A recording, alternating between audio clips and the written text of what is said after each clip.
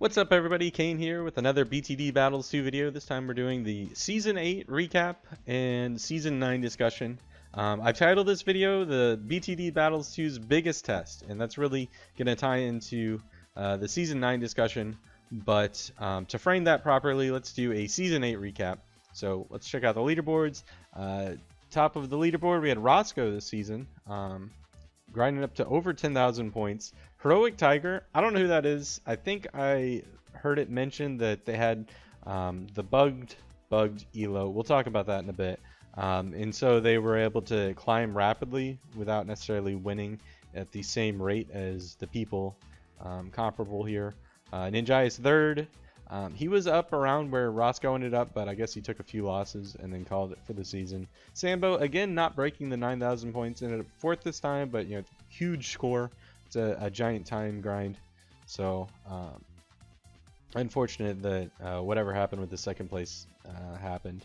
Rounding out, Withmere managing to hit his first top 10, I believe. Vibey Bacon, Yellow, Wilfie, I don't know what Delete's score is. Top 25, Fishy, Cologne, Paper, Beddish. Trying to look for other names I recognize. Player 21, this is the player, the DVS player that locks in Dartling Village Super on building sites, ports, and any map. So incredible for him to get up to 21, honestly. Let's see what else. Boltrix 23, 1K Chris. I feel like I recognize that name. Another Bacon. I don't know.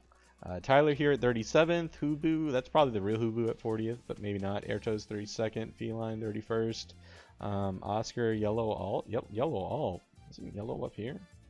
Yeah, Yellow's in 5th, I don't know if that actually is a Yellow Alt, who knows, you can change your name so often, people mean. I came in 53rd, I got 1 win in Ham, I sat in ZMG the entire season, Sunday, grinded up to Ham. Queued, got secret OP strat, won, got 77 points. Here we are, 53rd place. Almost managed to top 50 with 1 game in Ham. So, yeah, that happened. Not ISAB. ISAB's alt because ISAB got the elo decay syndrome that a lot of people that were top 100 last season experienced. Let's see. Just scroll through the rest. I think down here. Spoon Oil 2, it's probably Spoon Oil's alt. He had the same issue as ISAB, except for Spoon Oil managed to hit the magic 0 score. So, congratulations to him. Yeah, the mid-season they switched, and by mid-season I mean like a week ago, with 5 weeks of the season already down, they switched the elo decay from triggering after 1 hour of inactive play to 3 days. So you could take a break, eat dinner, come back, and your score went down. Now it takes a few days. That said, yeah, they did nothing to try and readjust the leaderboard from everyone that just had their score nuked into oblivion because they took 23 hours off from playing the game.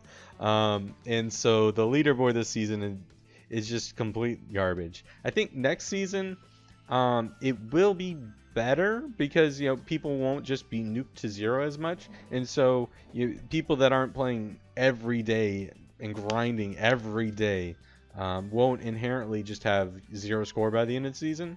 But the elo system is still what it is. It's basically unchanged. So the score level I think will go up on average. So potentially next season you'll have to actually win games in Ham to get top 100 instead of just coming out of ZMG and coming in at the 3,500 mark. But you're still gonna have the same issues with the score and the elo. So let's talk about the I guess we're already talking about the elo system. We'll talk about the adjustments made to that. We also need to talk about balance changes to eco, and that's really the main one. And then kind of my expectations for next season, which kind of gets into why I'm calling next season its biggest test. So, elo system. They still have a secret elo system that changes based on your performance, your wins and losses against other players, and it's a very rigid value.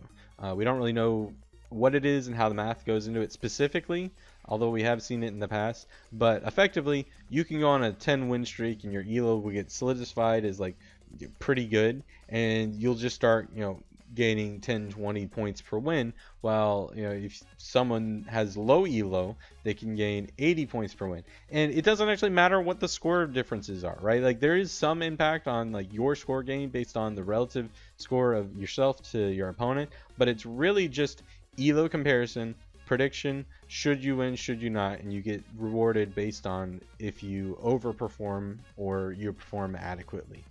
And that's a huge problem if you've got someone with a high elo at like 2500 score and someone with a low elo at 90,991 score, right? Because that person with huge score and terrible elo can gain a lot of score by beating someone that has 1/5 their score, and that doesn't really make sense from a scoreboard perspective. I think it's pretty intuitive to anyone who experiences this, plays this game, watches, has any understanding of how the score system works.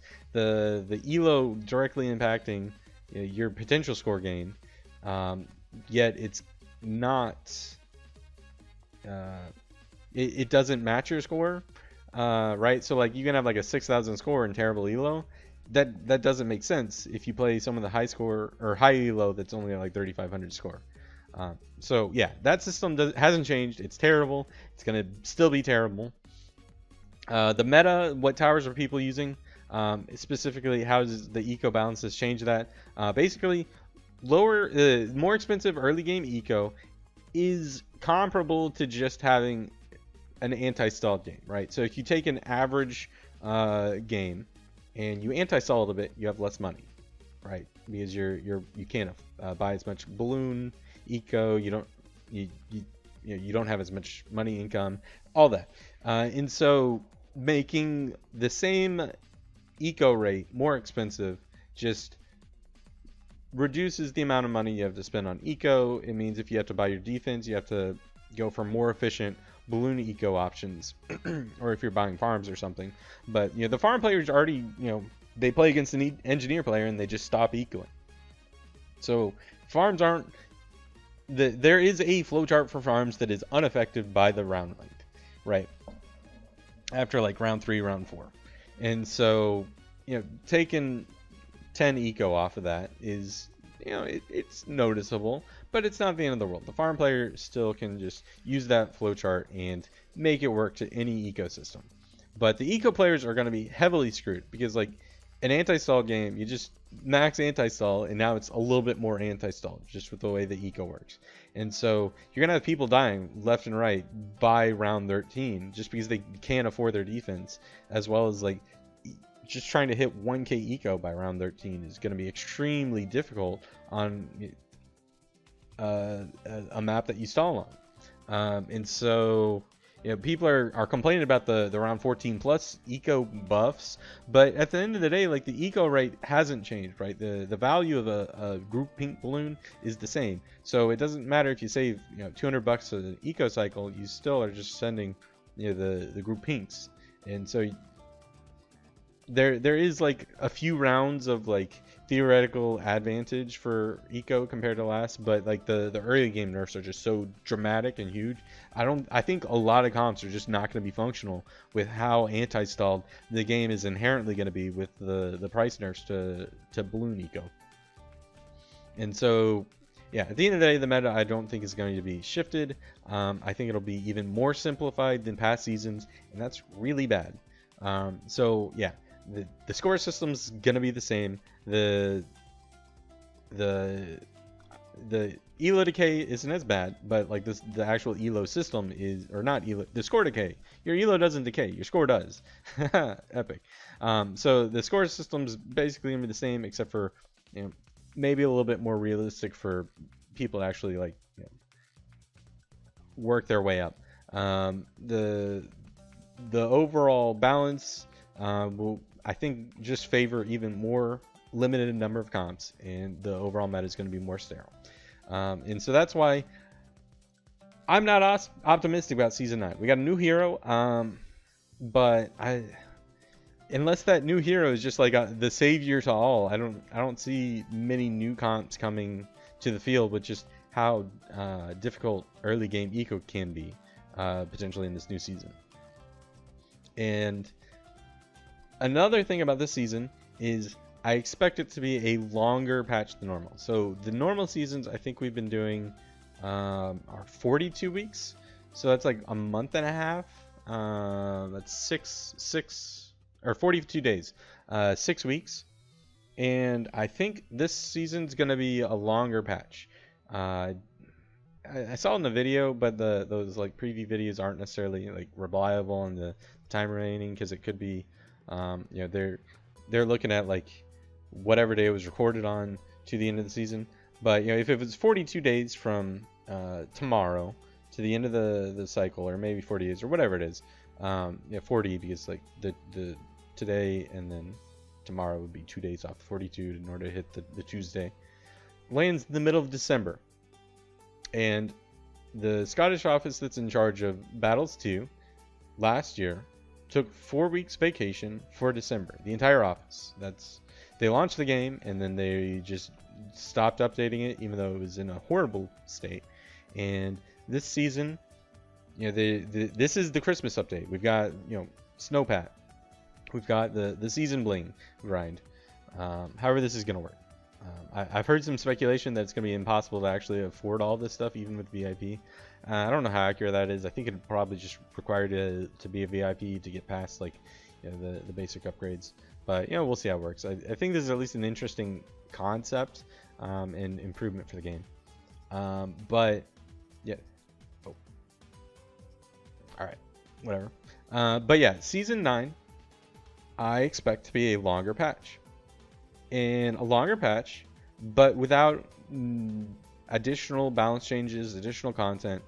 It is what it is, and it's basically gonna be a 2-month patch. So Battles 2's biggest test, like we saw what happened last year, where they left the game in a, you know, the basically just barely past alpha, right? Like you describe Battles 2's launch date as like the first version of its beta basically being put out there. It got launched in beta and it went horrible. Like, they had a big spike of players at the beginning and everyone was enthusiastic, like, wow, this was a self-launch, didn't expect it, and it was a terrible state. No one stuck around, right? The 16,000, you know, peak, obviously, you know, the launch of a game never, unless like there's huge growth later, right? Like, you can't really hold it to that standards. But you know, if we're looking at like 500 for the valleys, for the active player base, compared to, you know, a couple thousand, right? They keep bleeding players every season.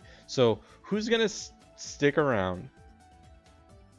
What, and then to that end, what are content creators gonna be doing, right? Like, you got your Ryan Mahogs, your daily grind kind of people, or you got your you know, less common, more periodic YouTubers, but then also the Twitch streamers that just kind of grind the game, hanging out with chat, stuff like that. What are these people gonna come up with? What am I gonna be doing on stream to make the game fun and exciting and unique and enjoyable to both watch and play for 2 months, where, you know, I don't think the game is in a healthy, balanced state. I think it's actually about to get worse. Yeah, we got like a week or two where you get to experiment, and maybe I'm being a little bit pessimistic there. But once that's all solved, like, people are going to find out, all right, this farm comp on this map is going to be optimal, and if you do it, you know, buy the farm on this, people have like their copy pastas of like round 1 buy this, round 2 buy this, round 3 buy this. Like, the flowchart is like extremely concrete from season 7, season 8, and I don't expect much changes. And so it really is what is going to keep people making videos on this game? What is going to keep people playing this game for the next 2 months, right? Like, if you have like a game like Smash Brothers, there's no update to Smash Brothers for a while. Guess what? People like playing Smash Brothers. It's already a good formula. This is not a finished product. It's not a good, healthy formula. And so the question becomes, what are people going to come up with? Whether that's playing the game or creating content for the game that is fun to do and fun to watch, right? Like obviously the fun to watch doesn't really matter if you're just playing the game casually, but it really is directed at like the content creators, right? Because once your content creators jump ship, and they've been jumping ship, right? The audience, the general audience, right? The average YouTuber, the average mobile gamer, if nobody's talking about this game, there's not like, oh yeah, I want to go play that game, right? Like if your friends aren't playing this game, what's gonna make you want to go play this game? And if you don't have anyone making content on the game, like it's dead, right? So that doesn't mean that like it. I'm saying the game is gonna die. I'm just saying that is like the challenge for content creators as well as the players, right? Like Spoon Oil, he's got a tournament that's getting posted about in BTD 6, right? Like that's gonna draw in at least a good audience for hopefully for his Battles 2 tournament, right? So stuff like that is an answer to that question. What are people going to be doing to try and add some spice, add some flavor, add some life to what is basically a miserable ranked experience? A casual is, I mean, like the casual's somewhat like casual, but really like I can't go into casual and have fun. I just ruin everyone else's day and I'm bored, right? The event mode, it's like mildly interesting, but like, and then you got to pay for VIP if you want to do the events in private.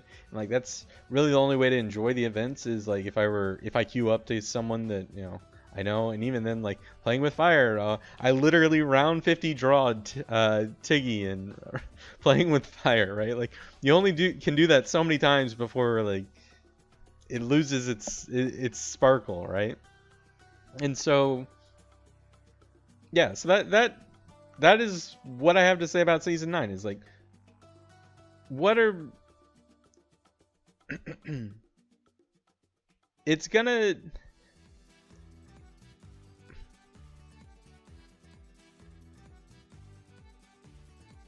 season 9 is really just going to filter out the people who are able to find a way to enjoy this game in its unbalanced, barely functional state. And those people, if there's enough of them and they're creative and interesting enough, are hopefully going to shape the future development of this game into a viable product. But at the same time, it could just keel over and die, right? Like coming up November 30th, I think is the 1-year anniversary.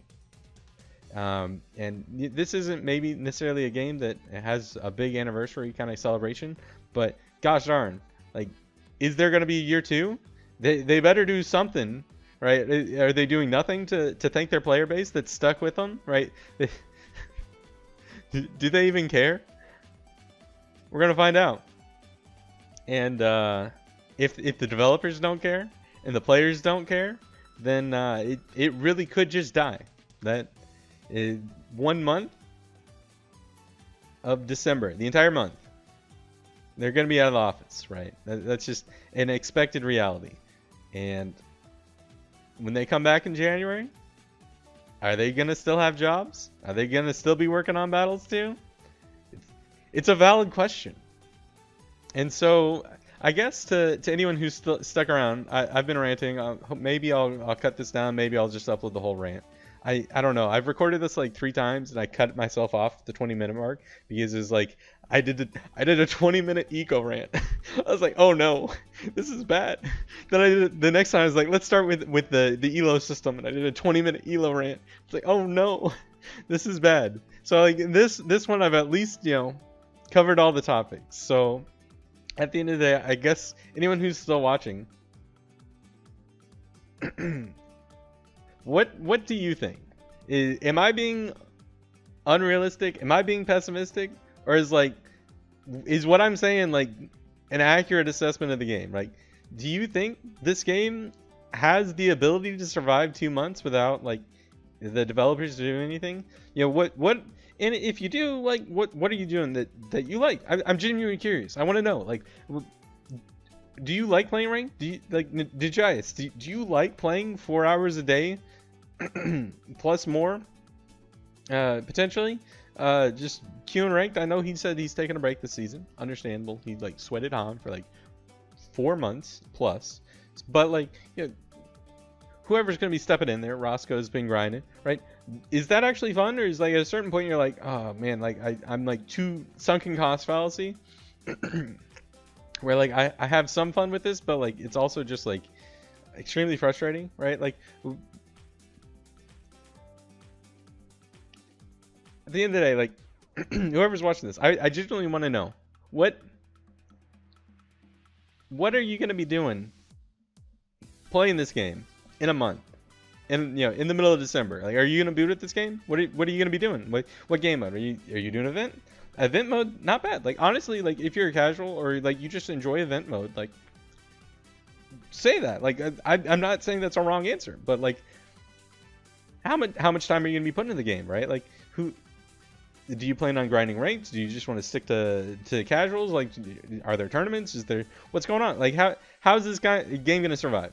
Like, that is my genuine question. Like, and I'm not saying it can't. I just saying, like, the players and the content creators got to figure out the answer to that.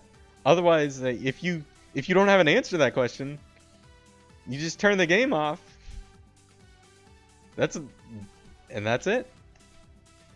So I don't know. The past videos I've tried to do on these, I've tried to like not like weigh in opinion wise and like rant so much, but like that's my I'm genuinely concerned that like 2 months from now, there's no reason for me to stream this game, right? Like I'll boot up the stream, get like 10 to 20 viewers, I'll get no one in queue, I'll go to social, try and get someone to play me, and they'll, you know, 3 or 4 people play me, and then I'll loop the same 2-3 people like, for an hour, and then like we're 2 hours into a stream, and that'll be the end of it, right? Like I've done this with other games too, right? Like another one I've spent a lot of time in, Puyo Puyo. I think it's a really fun game. I like watching the competitive Puyo scene out in Japan, but like there's no way to stream it. There's no way to just enjoy playing it because you can't get people to play in Puyo, right? And so I think Battle 2 as a concept is fun. I think if I could probably like sit down and play against Furious for 8 matches in a row, and we'd probably do some kind of rule like you can't use the same comp twice, and it would be fun, right? And so there are potentially ways that you can have fun playing this game, but how long is that gonna last? Is that gonna last until the next update? Is there gonna be mid-season? Who knows? I expect a mid-season. I don't expect much from it. Like maybe they'll nerf ice again and be like, hey, we added this text to this screen, and good job. See you in 4 weeks. So I don't know. I'm just gonna cut the video there. That's way more ranting than I really should have done. But yeah. What are your thoughts? What do you think? What do you think? Whoever's still watching, I genuinely want to know. So yeah, that's all I got. Thanks for watching, and have a good one.